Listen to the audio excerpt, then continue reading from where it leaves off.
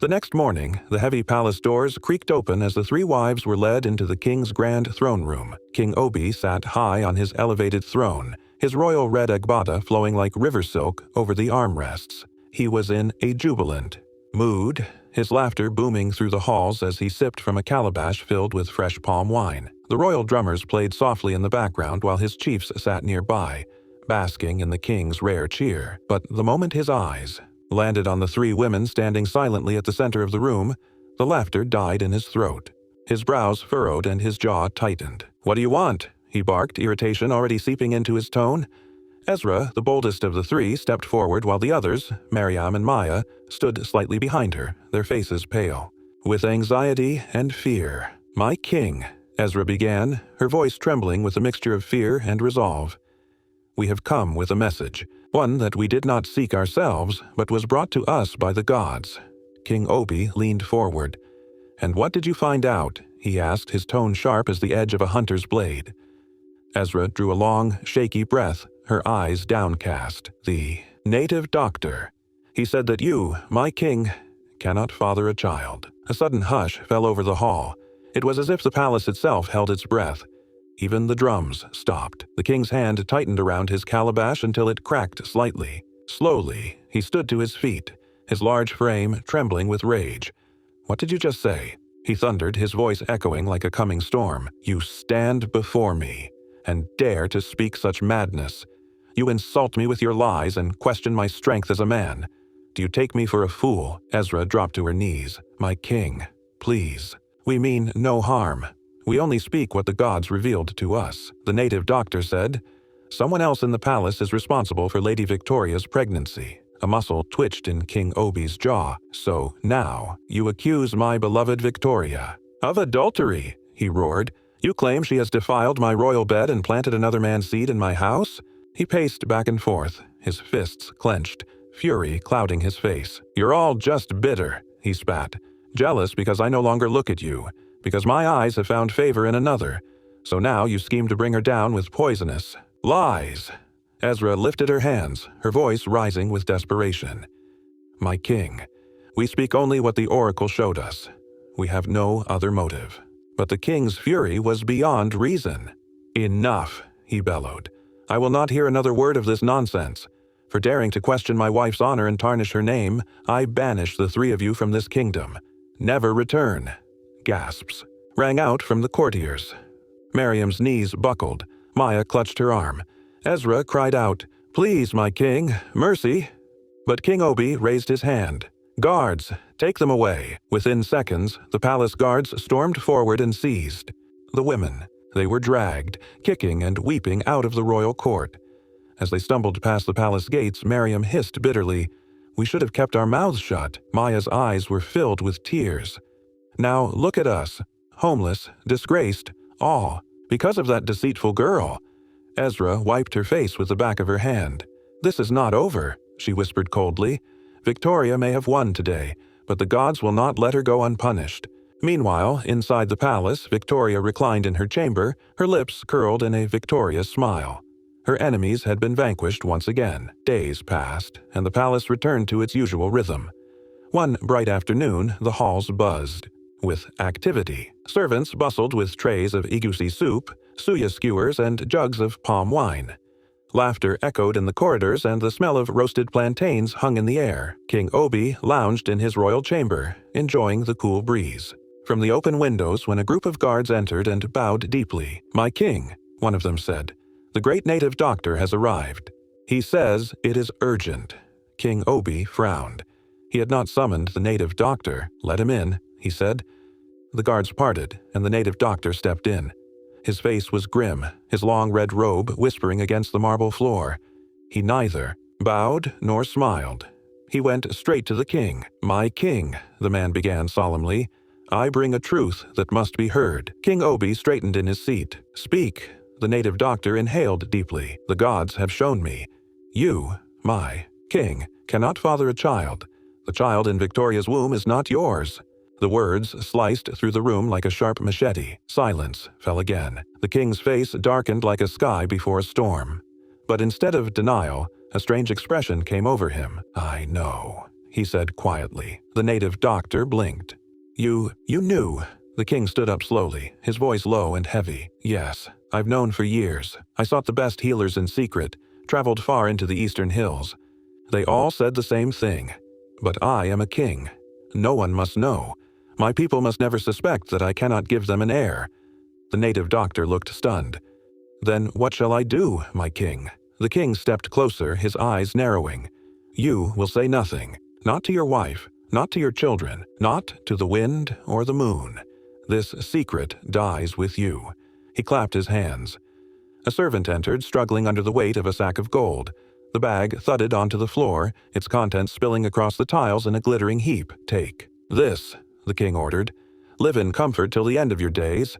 But if you ever speak of this again, your bones will be scattered before the sun rises." The native doctor hesitated only a moment before nodding. "As you wish, my king."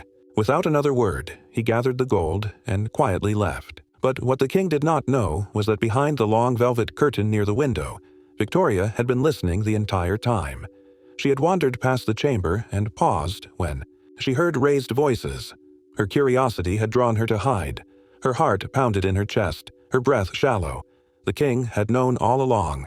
He knew the child was not his. As the weight of the revelation settled in her chest, a slow, delighted smile spread across her face. "So," she whispered, "the great King Obi is not as mighty as he pretends.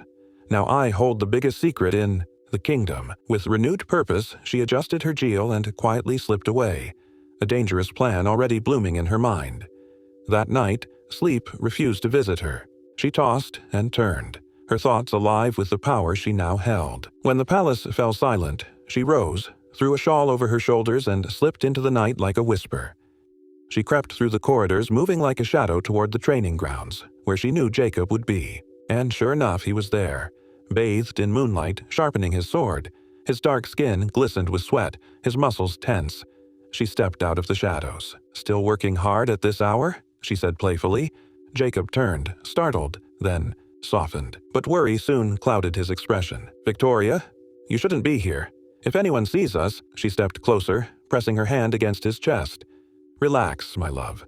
I came because I have something important to tell you." He pulled her into the shadows. "What is it?" She leaned in and whispered, "The king knows." Jacob's eyes widened. "What?" "He knows he cannot father a child," she said. "He knew even before I came. I heard everything.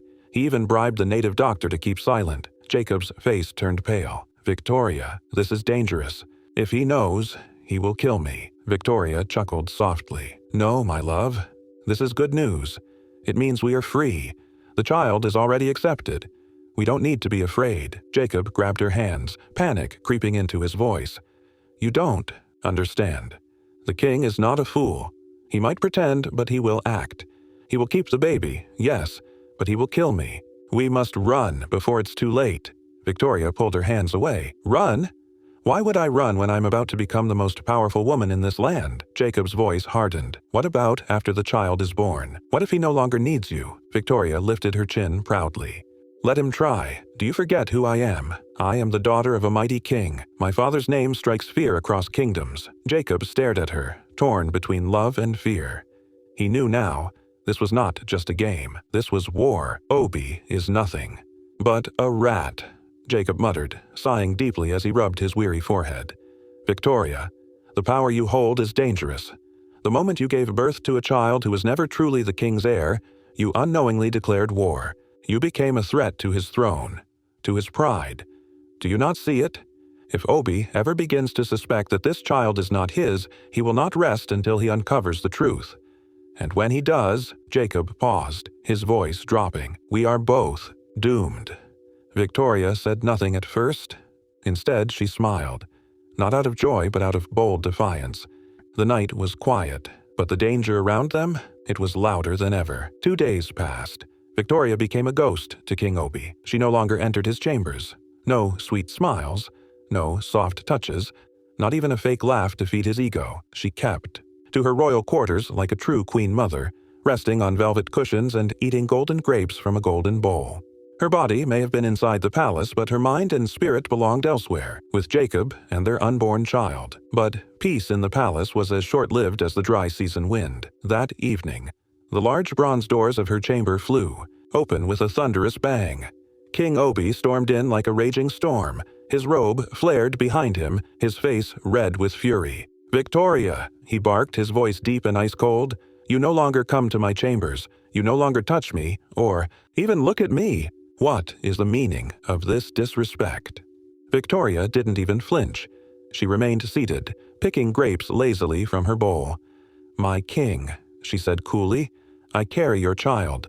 The baby does not like stress, so I am only doing what is best for our unborn heir." Obi's fist slammed against the nearby table with a crash.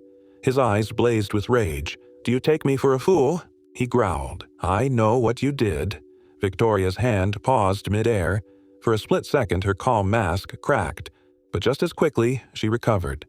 She placed a grape in her mouth and smiled. "And what have I done, my king?" King Obi stepped closer. His breath, hot with fury, brushed her cheek.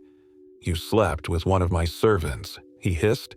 "That is how you got pregnant." Victoria's heart skipped a beat, but her face remained serene.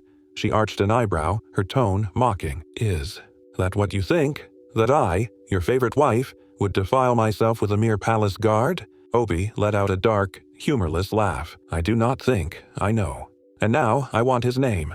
I want to appreciate him properly." Victoria straightened, folding her arms across her chest. "There is no one, my king. The man who got me pregnant is not in this palace." Obi's lips twitched.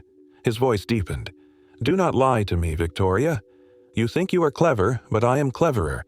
You've been avoiding me since the day you discovered your pregnancy, because you know the truth. You are carrying another man's child." Victoria's patience snapped. She stood, her voice rising like thunder. "And what if I am? What will you do? You knew about your condition, your weakness, all this time, and still you pretended to be a mighty king. You are nothing but a liar hiding behind your title." The king's face darkened, his jaw tightening.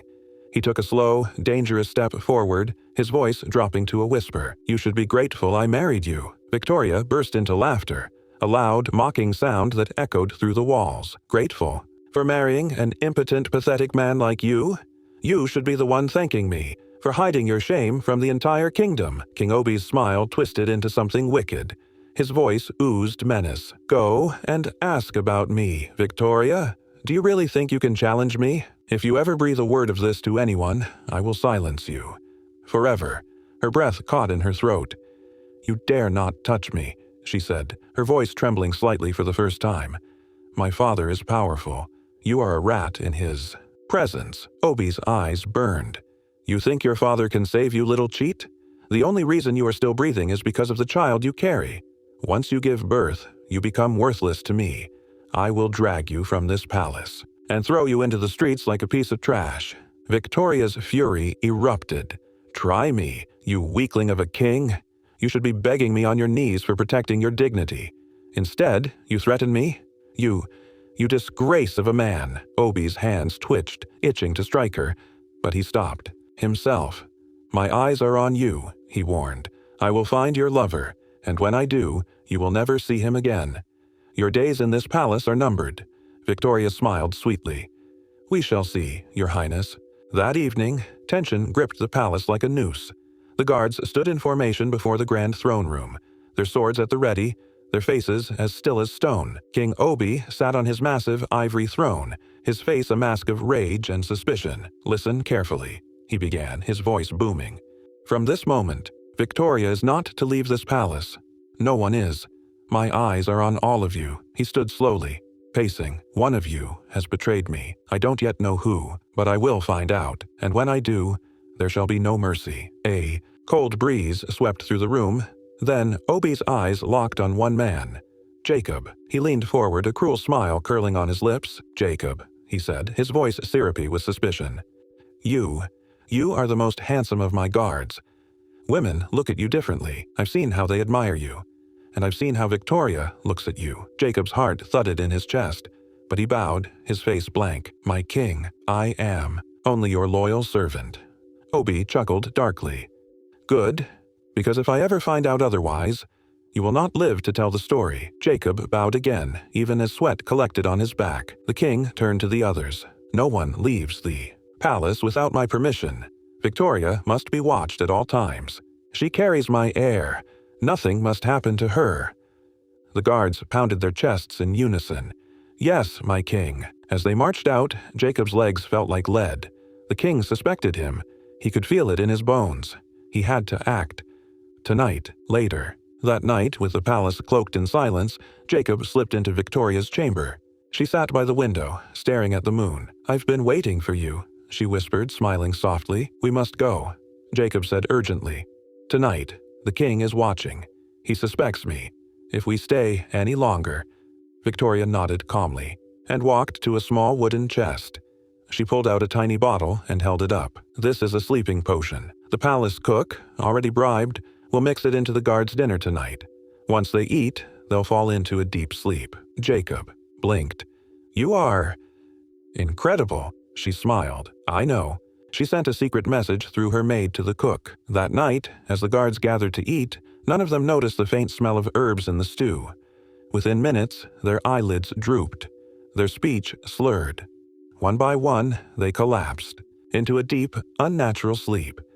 Wrapped in dark cloaks, Jacob and Victoria stepped silently through the corridors, careful not to make a sound. They moved like shadows in the night, slipping past unconscious guards, heading toward the back gate. They knew it was now or never. The palace gates, once heavily guarded with spear-wielding soldiers and blazing torches, now stood open, abandoned, eerie, and silent.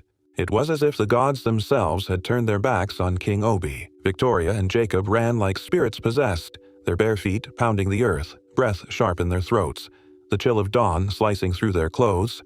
Behind them, the once mighty palace was drowning in its own silence. By the time the first streaks of light brushed the sky, they had vanished into the sacred Odu forest, where spirits were said to whisper and protect the innocent. Back in Obi's palace, the stillness was broken by a cry. A guard stormed into the throne room, eyes wild with fear. "My king!" he gasped. "Princess Victoria! She's gone! And Jacob, too!" The palace erupted like a volcano. Courtiers dropped their goblets, maids screamed, guards stumbled in. Panic. King Obi rose from his ebony throne, his jaw clenched so tight it trembled, his fists curled like a thunder god's. "Find them!" he roared, voice shaking the pillars. "Search every village, every forest, every shrine and stream. Victoria and that dog Jacob must not escape." His breath came heavy as a war drum.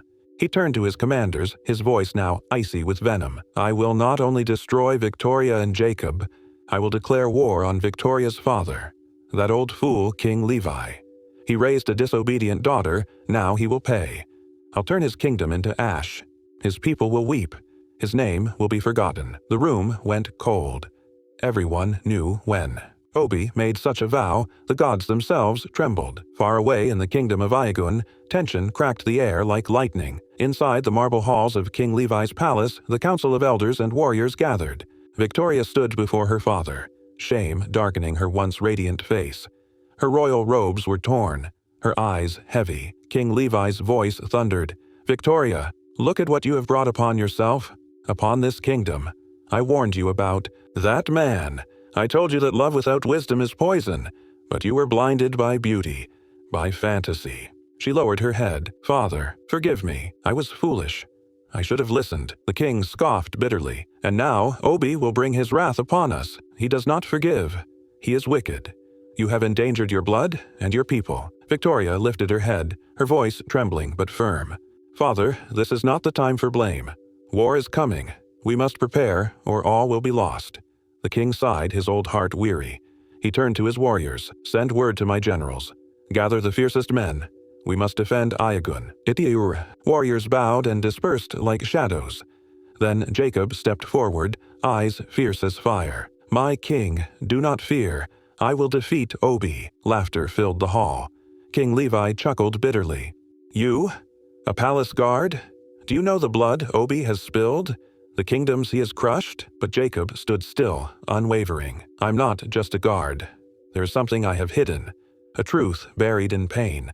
Let me speak." The hall fell silent. "Many years ago, before I understood the world, I was a prince. My father, Obi's elder brother, was the rightful king of that land. He ruled with honor, wisdom, and love. But Obi was jealous, power-hungry. One night, he led his warriors into our palace.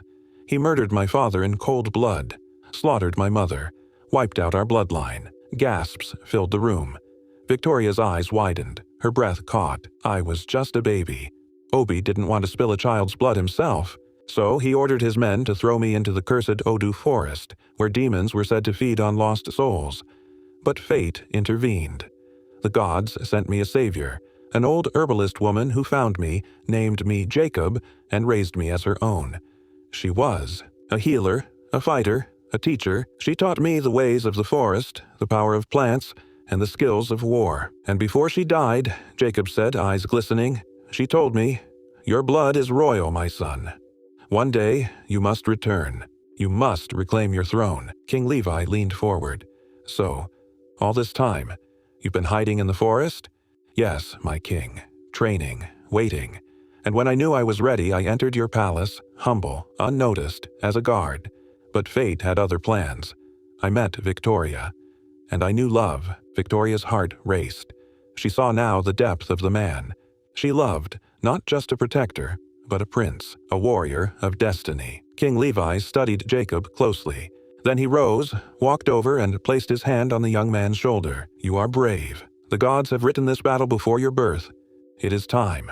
This is not just about my daughter anymore. It is a war for justice, for truth. We will stand by you." The drums of war thundered across the land like a storm of ancestors waking. The ground trembled as Jacob, now armored and crowned in royal blue cloths of his lost kingdom, led Aigen's warriors to the battlefield. Across from them stood King Obi, cloaked in gold, his black horse snarling beneath him. Behind him, a sea of ruthless men, eyes filled with bloodlust. Obi sneered at Jacob. "So, you're the coward who ran with my wife. Do you truly think you can challenge me?" Jacob's voice was like iron. "I know who you are, Obi. A traitor, a murderer, a usurper of your own blood. Today, justice will rise," Obi snarled. "You are nothing but a forest rat. I have crushed greater men." Jacob's grip tightened on his sword. "Then crush me, if you can," Obi roared. "Kill them all." The earth exploded into chaos. Arrows hissed, blades clanged, men cried, blood soaked the soil. Jacob moved like lightning, silent, fast, deadly. One by one, Obi's warriors fell. Obi's confidence cracked. He saw Jacob's fire, his precision. Age had dulled Obi's blade. Jacob reached him, face to face. "The final battle. You are finished," Jacob said, blade aimed at his chest. "I am King Obi." The old tyrant spat. "I cannot be defeated." Jacob stared coldly. "This is for my father, my mother, and the kingdom you stole." With one strike, it ended. Obi fell to the ground, his sword clattering beside him. His breath stopped. His reign ended. Silence. Then came the roar. Obi's soldiers surrendered.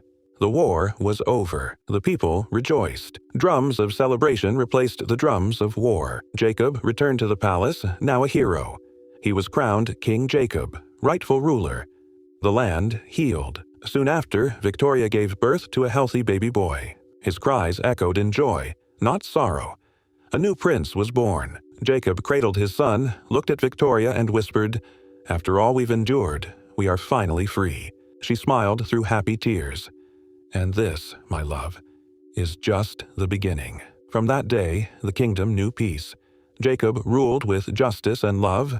No tyrant like Obi ever rose again. And so, they lived. Not just happily ever after, but powerfully ever after. Dear viewers, what lesson did you take from this powerful Nigerian royal folktale? Share your thoughts in the comments. If this story touched your heart, please give it a thumbs up. Share it with friends, and don't forget to subscribe to African Folktale Magic for more tales of destiny, justice, and love. Stay blessed, and see you in the next story.